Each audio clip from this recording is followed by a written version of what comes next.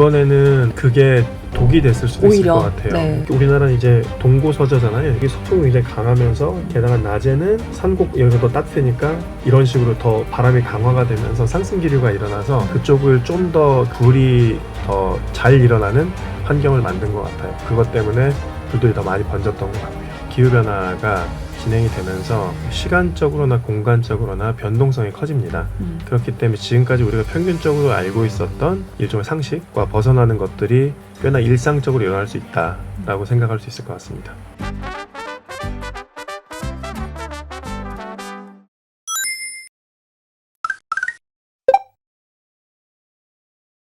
네, 교수님 지금 진짜 굉장히 큰 산불이 났는데 이런 대형 산불이 확실히 지난 몇 년 동안에도 우리나라에서도 좀 늘어나는 느낌이 있잖아요. 좀 찾아보니까 2020년대 들어서 산불 피해를 입은 면적이 2010년대보다 7배 넘게 늘었고요. 특히 대형 산불이 4배 가까이 늘었다. 우리나라에서 이렇게 나오더라고요.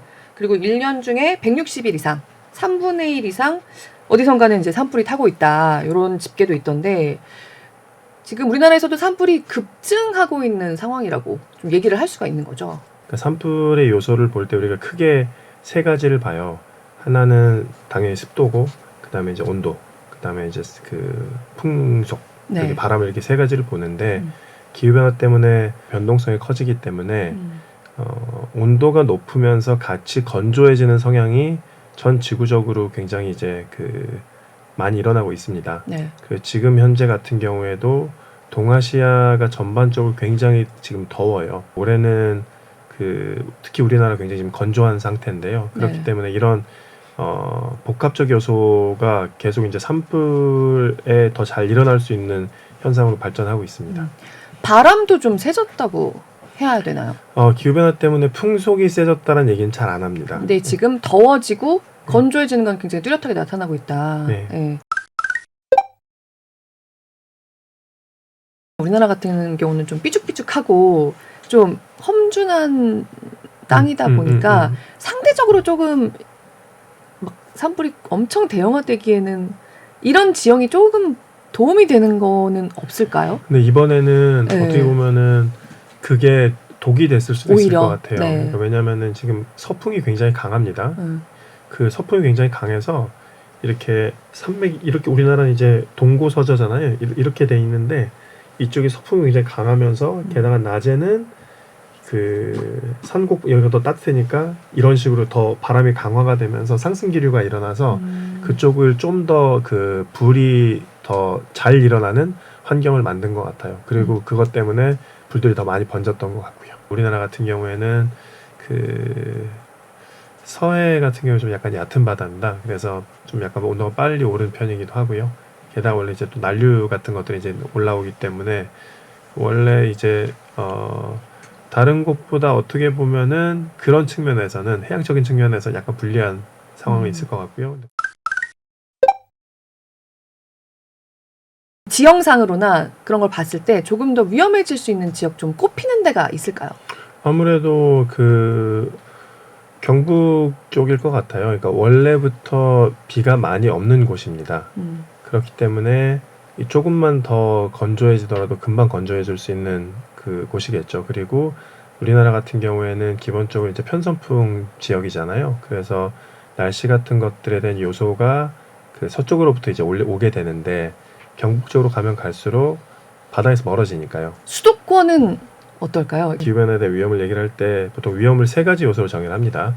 해저드라 그래서 어떤 재해 자체, 그 다음에 이제 익스포저라 그래서 노출되는 것들, 인구나 아니면은 경제적인 자산 이런 것들, 그 다음에 취약성이가 vulnerability라고 해서 이제 어느 정도 이게 취약한가 이런 것들이 곱해져서 이제 리스크를 이루게 되는데 일단 지리적인 질문을 하신 것 같은데 우리나라 중부 지역 같은 경우에는 기본적으로는 비가 많이 내리는 편이에요. 그래서 호우에 대한 피해 같은 경우에는 다른 지역보다는 좀 더 강하게 더 강화되지 않을까.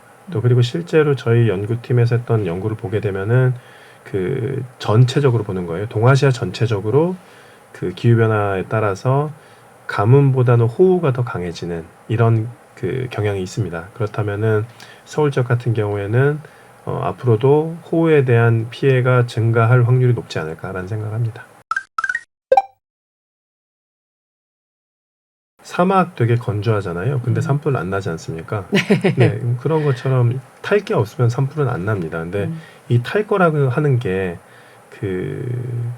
이 연료가 만들어지려면은 그 전에는 그 연료가 만들어지기 좋은 환경에 있어야 되겠죠. 네. 그러니까 충분한 수분과 이런 그 식물이 잘 성장할 법한 그런 것처럼, 그러니까 이번에 LA 산불 같은 경우에도 그 올해의 강수량이 평년에 한 10%도 안 됐을 거예요. 근데 그 전해는 굉장히 많은 비가 내렸습니다. 그러면서 잘 자랐죠. 그리고 나서 이게 그냥 한 방에 다 말라서 죽어버린 거예요. 그렇게 되면은 화약고에 이제 화약이 쌓여 있는 이런 상황이 되는 거고, 거기서 이제 하나 딱 되면은 그냥 다 타버리는 상황이 되는 거죠. 저 혹시 이거 읽으셨는지 모르겠는데 제가 올 초에 좀 되게 충격적으로 읽었던 기사가 뉴욕타임스의 무슨 기후학자가 기고한 글이었어요. 제목이 나는 LA를 떠날 때가 된 걸 알았다, 이런 제목이었거든요. 본인이 기후학자인데 이름이 피터 켈머스라는 사람이었는데요. 14년 동안이나 LA에 살았는데 점점 더 내가 사는 동네가 불에 취약한 지역이 되고 있다고 생각을 해서 진짜 2년 전에 이사를 갔대요. 노스캐롤라이나라는 데로 이사를 갔는데, 그러고 나서 언젠가는 자기가 살던 동네가 불에 탈 수 있다는 생각을 해봤지만 그날이 너무 빨리 왔고, 실제 그 사람이 살던 지역이 불에 탄 거예요. 그리고 너무 처참하게 왔다라고 하면서 이번에 그 LA 산불에 대해서 좀 얘기를 하는 내용이었어요. 캘리포니아는 좀 미국에서도 좀 환경이 진짜 좋은 데고 한국인들도 많이 사는 데인데, 진짜로 기후학자의 관점에서 봤을 때 이사를 가야 한다는 공포를 느낄 정도의 리스크가 이렇게 다시 좀 자주 올 수 있는 그런 지역이 돼가고 있는 건지, 그렇게 얘기를 할 수 있는 걸까요? 일단은 비가 와요. 그 연초에 비가 옵니다. 그리고 나면은 그 비가 얼마나 많이 왔느냐에 따라서 그 구릉지라고 해야 되나? 산들이 색깔이 바뀝니다. 꽃이 엄청나게 피기도 하고 막 그렇게 되는데, 그러면 그때는 사람들이 산불 걱정을 해요. 이미 그때부터 이제 다 아는 거예요. 그러니까 비가 많이 와서 나무가 잘 크면, 덤불이 잘 크면 어차피 거기 계속 나무들이 계속 잘 자라는 곳이 아니니까 네. 이게 이제 탈 것이 되어서 또 산불이 나겠구나. 아니나 다를까 그렇게 됩니다.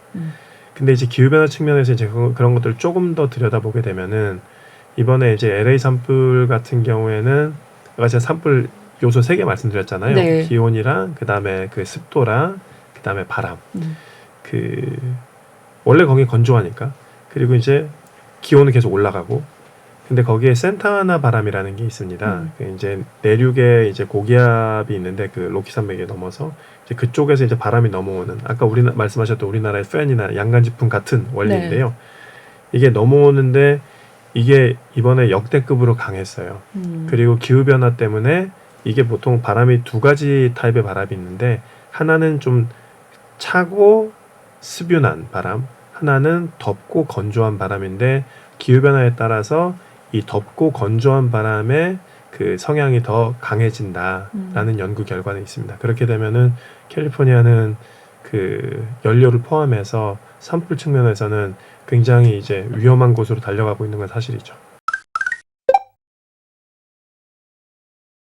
뭐 최근에 원형어선 타고 나가지 않아도 우리나라 근해에서도 참치가 잡힌다, 뭐 그런 얘기도 하더라고요. 그러게요. 그러니까 저는 그 얼마 전에 밖에 회식을 갔다가 방어집이 이렇게 많나?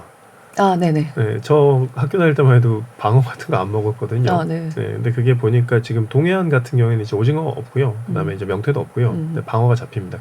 산불 리스크가 커지는 정도라든가 이 수도권 쪽에서 수해 리스크가 커지는 정도, 이거에 대해서 우리가 어느 정도 마음의 준비를 해야 되는 상황인 건지 그게 되게 궁금하거든요. 지금 이거는 이제 우리나라를 대상으로 한 연구는 아니고요. 전 지구 대상으로 연구를 했어요. 그러니까 저희가 이 그 재난의 일상화, 그래서 예를 들면은 그 3년 전이었나요? 서울에서 한 110년 만에 호우가 왔잖아요. 네. 그래서 강남역 일대 전부물에 잠기고. 네. 그러면 그 호우가 매년 온다면 어떻게 해야 되죠? 그러니까 가장 극단적인 선택 2개는 강남을 버린다. 아니면은 굉장히 국가적인 자본을 투자해서 거기를 막아낸다.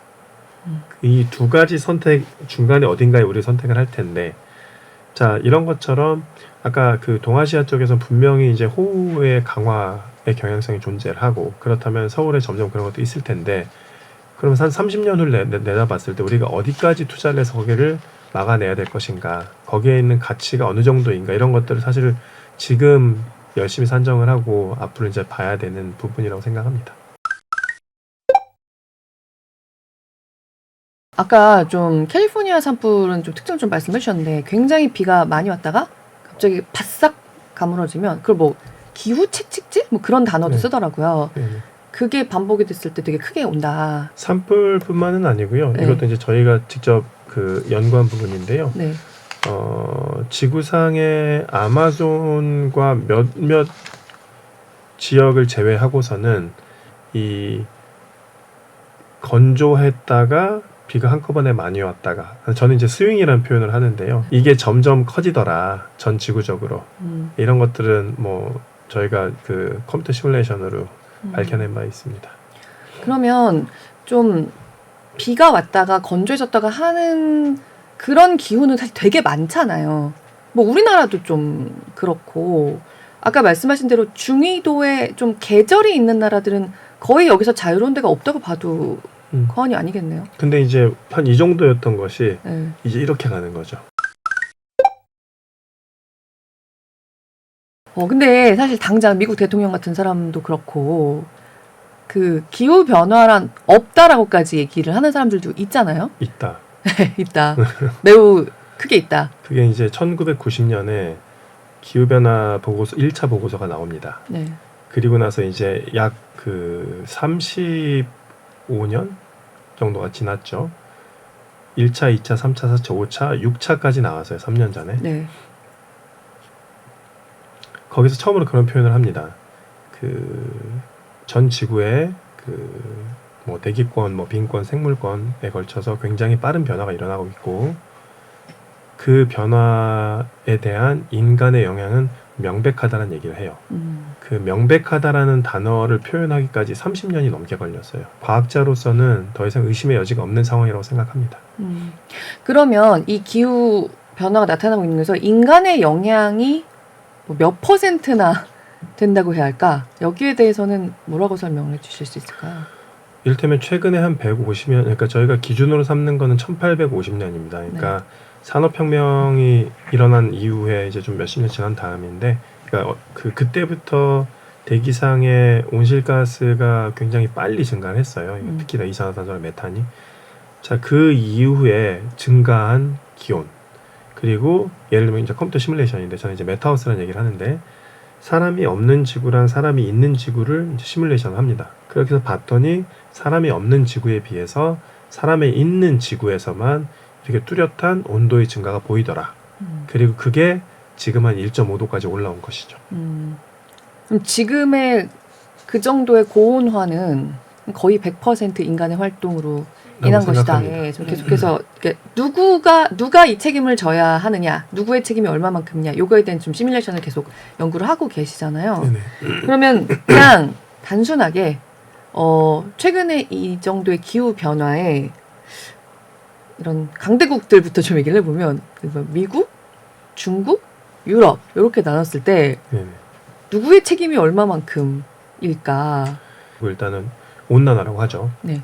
지구의 평균 기온 상승과 인간이 지금까지 배출한 누적 이산화탄소의 배출량은 거의 선형 관계에 있습니다. 거의 비례해요. 이렇게 하면 거의 이렇게 쭉 올라가요. 자, 네. 그렇게 되면은 미국이 얼만큼 냈고 중국이 얼만큼 냈고 누가 얼만큼 냈다면은 얼만큼 낸 게 결국에 온도에 얼만큼 영향을 미쳤는지를 네. 간단하게 계산할 수가 있습니다. 네.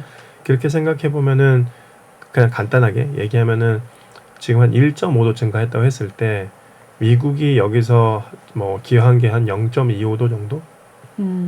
그리고 중국이 한 뭐 0.15도 정도라고 생각하시면 될 것 같아요. 누적으로 봤을 때요. 네네. 왜냐면은 누적 짧으니까. 양이 네. 온도 상승량이니까. 지금 현재 배출량이 아니라 지금까지 누적한 게 온도 증가와 비례 관계이기 때문에 쓰레기 매립식 같은 거 생각하셔도 될 것 같아요. 유럽의 유럽을, 책임? 네네. 얼마나? 다 더하면은 뭐 결국에 뭐 미국 정도 되지 않을까 생각합니다. 근데 거기는 산업혁명 때부터 사실 엄청나게 해왔는데 사실 근데 그때는 국적으로는- 작죠. 미미하죠, 그거는. 사실. 그럼 우리나라 같은 경우요. 우리나라 같은 경우에는 한 1.5%거든요. 전 세계 국가가 200 조금 안 되죠. 그러니까 네. 193개 정도 있을 텐데 우리나라가 한 그 20등 정도 됩니다. 10 몇 등 정도 돼요. 그러니까 상위 10% 정도 되는데 그럼 우리나라가 지금 1.5%면 0.02로 0.025 0.025도 정도 0.025 기여를 네. 했다는 말씀이신 네, 거예요? 그렇습니다. 생각보다 더 많이 한 것 같은데요? 우리 정도야 네. 뭐 그렇게 큰 책임이 없지 않을까라고 생각했는데. 아닙니다. 우리나라 선진국이잖아요. 네. 다시 말하면 굉장히 많은 경제활동을 했다는 얘기고 경제활동을 많이 했다는 얘기는 굉장히 많은 에너지를 사용했다는 얘기입니다. 네. 우리가 얘기를 할 때 2100년까지 소위 말하는 최악의 시나리오로 갔을 때 기후변화 때문에 입을 피해를 한 2,500조 달러 정도로 예상을 해요. 넘죠. 넘죠. 네네. 네. 2,500조 달러 정도를 얘기를 하는데 이거를 1.5도로 맞게 되면은 그 1,000조 달러 정도로 줄어들게 됩니다. 그리고 1.5도 연평균 1.5도 정도만 오르는 것에서 막았을 네. 때 그리고 이제 우리가 말한 최악의 시나리오로 하는 것들은 한 4.5도 정도 생각을 합니다. 그래서 이제 그게 그러면은 그 2,500에서 그다음에 이제 한 1,000 정도 하면 1,500 줄잖아요. 네. 자, 그러면은 우리가 최악의 시나리오가 아니라 1.5도로 가게 하는 데는 비용이 어느 정도 들까 하면 한 250조 달러 정도 봅니다. 자, 그러면 250조 달러를 이용을 해서 피해를 한 1,000조 달러 정도 막으면은 그러면은 1,250조 달러 그 이득인 상황인 거죠. 근데 여기서 네. 돈으로 얘기하면은 그런데 약간 인명 피해로 얘기한다면 어떤 정도로 인명 피해 같은 경우에는 실현할까? 지금 미래의 숫자는 머릿속에 안 떠오르는데요. 최근에 그 20년 동안 유엔 보고서를 보게 되면 최근에 20년 동안 자연재해로 그 사망자 수가 130만 명이 조금 넘습니다. 전 세계적으로요. 네. 그런데 그 중에서 90% 이상이 이상 기상 기후 때문에 사망자가 생긴 거예요. 그리고 당분간은 세계의 인구는 증가합니다. 그리고 증가하는 것들은 거의 다 이제 글로벌 사우스에서 증가를 하게 되고요. 그 다음에 재해는 글로벌 사우스에서 많이 일어나고 그랬을 때 지금보다 훨씬 더 많은 사상자가 그 앞으로 오는 20년 동안은 생길 것이다라는 건 굉장히 쉽게 예측할 수가 있죠.